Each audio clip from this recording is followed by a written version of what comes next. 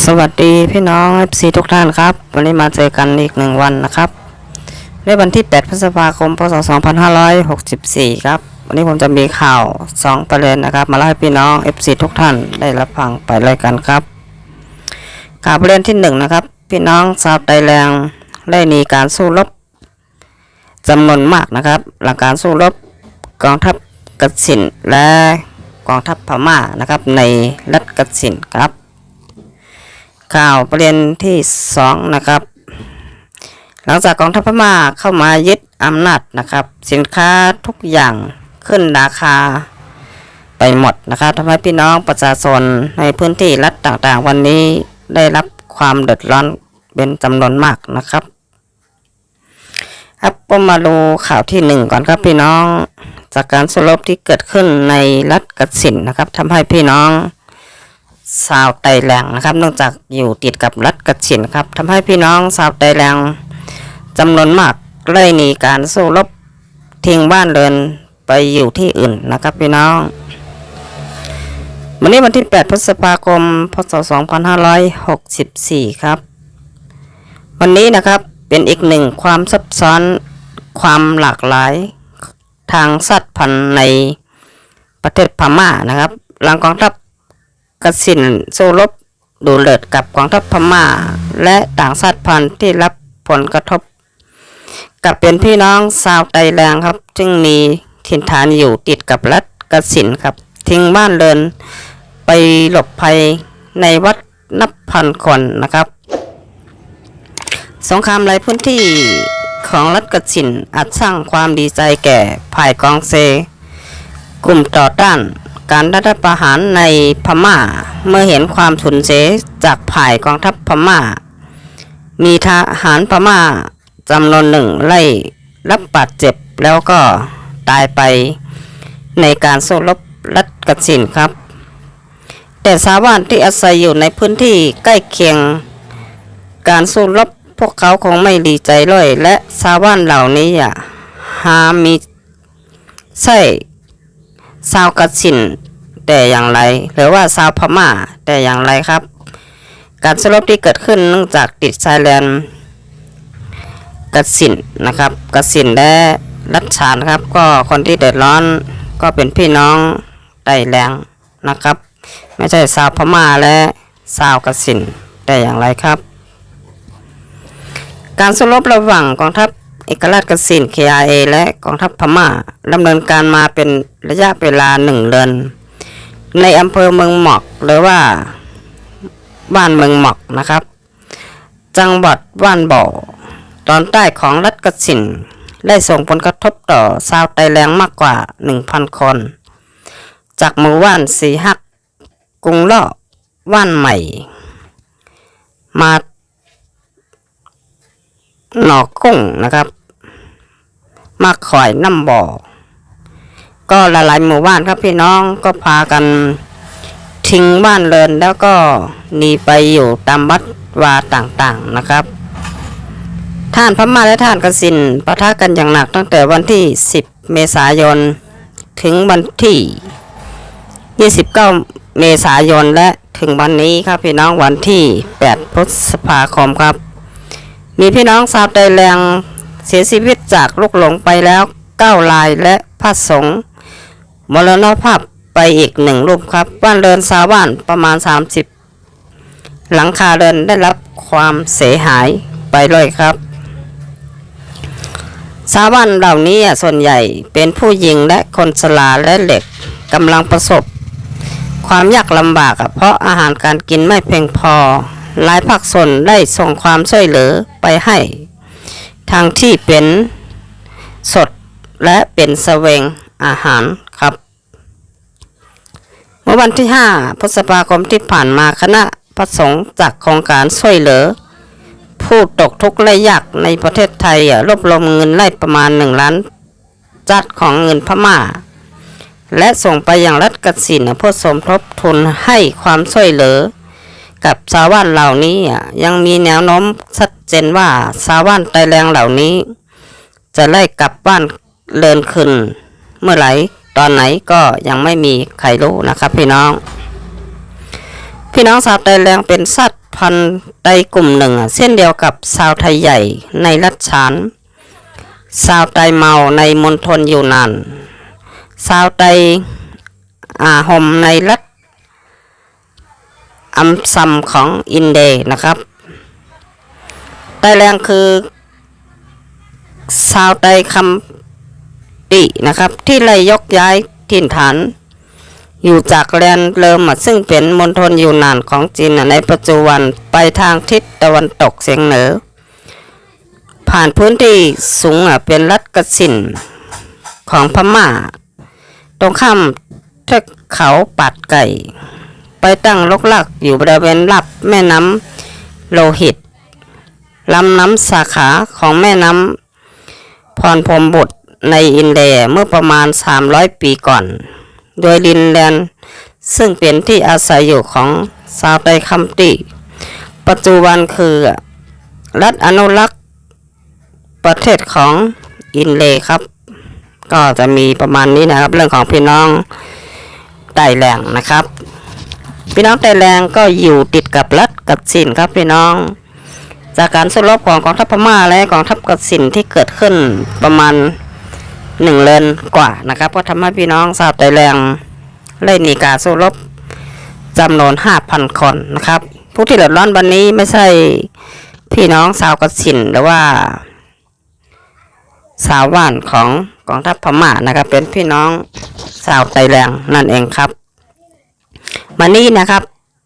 คนที่มีการสู้รบส่วนใหญ่ก็เป็นคนชราแล้วก็เด็กแล้วก็ผู้หญิงนะครับวันนี้ก็เริ่มขาดแคลนเสบียงอาหารนะครับก็เป็นกำลังใจให้นะครับเพราะว่าวันนี้ก็มีพี่น้องประชาชนนะครับที่มีน้ำใจนะครับที่พระสงฆ์คณะพระสงฆ์นะครับในฝั่งไทยนะครับก็รวบรวมเงินกันไล่เป็นเงินพม่า1 ล้านจัดนะครับก็ส่งไปให้กับผู้ที่มีการสู้รบในพี่น้องไตแรงนะครับที่อยู่ในรัฐกัดสินครับ1 ล้านจัดของเงินพม่าเงินไทยก็ประมาณ 20,000 กว่าครับพี่น้องก็ประมาณนั้นนะครับ 20,000 กว่าครับ 20,000 กว่าบาทนะครับครับก็มาดูข่าวประเด็นที่2กันต่อครับพี่น้องตั้งแต่กองทัพพม่าเข้ามายึดอำนาจในวันที่1 กุมภาพันธ์ พ.ศ. 2564 เป็นต้นมาครับถึงวันนี้นะครับกองทัพของกบฏมินออนไลน์ได้ยึดอำนาจเบ็ดเสร็จนะครับและทำให้พี่น้องประชาชนลำบากขึ้นและสินค้าทุกอย่างที่อยู่ในประเทศพม่านะครับหรือว่าในรัฐต่างๆก็ปรับตัวขึ้นทุกอย่างครับวันนี้เส้นข้าวสารน้ำมันนะครับแล้วก็ทุกสิ่งทุกอย่างนะครับที่อยู่ในประเทศพม่านะครับวันนี้มีราคาเพิ่มขึ้นทุกชนิดนะครับไม่ว่าจะเป็นข้าวสารน้ำมันรถนะครับหรือว่าเครื่องบริโภคทุกอย่างนะครับก็ขึ้นทุกอย่างครับวันนี้ก็ถือว่าน่าเศร้าใจครับสำหรับพี่น้องที่อยู่ในรัฐต่างๆนะครับราคาสินค้าถ้ามาเปรียบเทียบกันนะครับสมัยรัฐบาลพลเรือนของนางซูจีนะครับที่ไล่เลือกตั้งมาจากพี่น้องประชาชนกับผู้ที่ปล้นอำนาจของพี่น้องประชาชนนั่นก็คือกบฏมินออนไลน์นะครับณเวลานี้ทำให้สินค้าทุกสิ่งทุกอย่างนะครับก็เลยปรับโตขึ้นทุกอย่างครับทำให้พี่น้องประชาชนที่อยู่ในพื้นที่ในรัฐต่างๆก็เดือดร้อนนะครับพี่น้องเนื่องจากพี่น้องที่ในบ้านเรานะครับในรัฐชาในรัฐต่างๆก็จะมีอาชีพเป็นเกษตรกรครับพี่น้องก็ทำไร่ทำนาปลูกข้าวโพดก็ประมาณนี้นะครับไม่ได้มีเงินเดือนอย่างประเทศไทยและประเทศเพื่อนบ้านนะครับจะมีรับจ้างรายวันเท่านั้นนะครับก็คนที่ได้มีเงินเดือนก็เป็นหมู่ที่ทำงานราชการนะครับทำงานรับใช้กบฏมินออนไลน์ครับวันนี้ สมัยก่อนทำงานรับใช้กับนางซูจีนะครับซึ่งเป็นที่ปรึกษาของบรรณาธิบดีนะครับแต่วันนี้ไม่มีรัฐบาลอยู่แล้วนะครับมีแต่กองทัพโจรปกครองบ้านเมืองนะครับทำให้สินค้าทุกสิ่งทุกอย่างก็ปรับตัวขึ้นนะครับวันนี้ก็เป็นความเดือดร้อนของพี่น้องชาวรัฐฉานและพี่น้องทุกกลุ่มทุกชาติพันธุ์นะครับที่ได้เดือดร้อนกับการยึดอำนาจของกบฏมินออนไลน์นะครับจะมาดูย้อนไปนะครับตั้งแต่สมัยอดีตโน้นนะครับก่อนที่จะมีการเลือกตั้งเกิดขึ้นเมื่อปี 2015 นะครับก่อนหน้านั้นสินค้าทุกสิ่งทุกอย่างก็ถือว่าราคาแพงครับพี่น้องก็ประเทศพัฒนาขึ้นนิดหนึ่งนะครับส่งมีการเลือกตั้งนะครับก็ไม่นานนะครับก็กองทัพพม่าหรือว่ากองทัพโจรก็ยึดอำนาจของพี่น้องประชาชนไปอีกแล้วนะครับนี่ก็เป็นครั้งที่3นะครับครับการยึดอำนาจของกบฏมินออนไลน์ถึงวันนี้นะครับ3 เดือนกว่าแต่พี่น้องประชาชนในพื้นที่รัฐฉานและรัฐอื่นๆก็ไม่ยอมรับนะครับไม่อยากอยู่ภายใต้การนำของพลเอกมินออนไลน์หรือว่ากบฏมินออนไลน์ต่อไปนะครับทุกวันนี้นะครับยังมีพี่น้องที่อยู่ในพื้นที่รัฐฉานรัฐต่างๆก็ยังออกมาชุมนุมขับไล่กบฏมินออนไลน์อยู่ทุกวันนะครับตั้งแต่กบฏมินออนไลน์เข้ามายึดอำนาจครับพี่น้องสั่งปิดสัญญาณอินเทอร์เน็ตและสัญญาณ Wi-Fi ครับแต่วันนี้ก็ครบ3 เดือนครับพี่น้องก็เปิดให้ขึ้นเป็นบางส่วนนะครับทำให้พี่น้องประชาชนที่อยู่ในรัฐฉานของเราและรัฐอื่นๆก็สามารถใช้สัญญาณอินเทอร์เน็ตสัญญาณ Wi-Fi กลับมาได้บ้างแล้วนะครับแต่ก็ยังไม่ค่อยดีสักเท่าไหร่ครับแต่พี่น้องประชาชนก็ไม่ได้ดูข่าวผ่านจานดาวเทียมนะครับวันนี้กองทัพพม่ายึดเอาไปหมดแล้วนะครับตามร้านค้าต่างๆและตามบ้านเรือนของพี่น้องประชาชนที่ติดอยู่ก็ไม่เหลือนะครับกองทัพพม่ายึดเอาไปทิ้งตามป่าตามเขาจนหมดสิ้นนะครับกองทัพพม่าบอกว่าข่าวที่มาจากต่างประเทศนะครับบอกว่าเป็นข่าวที่ไม่ค่อย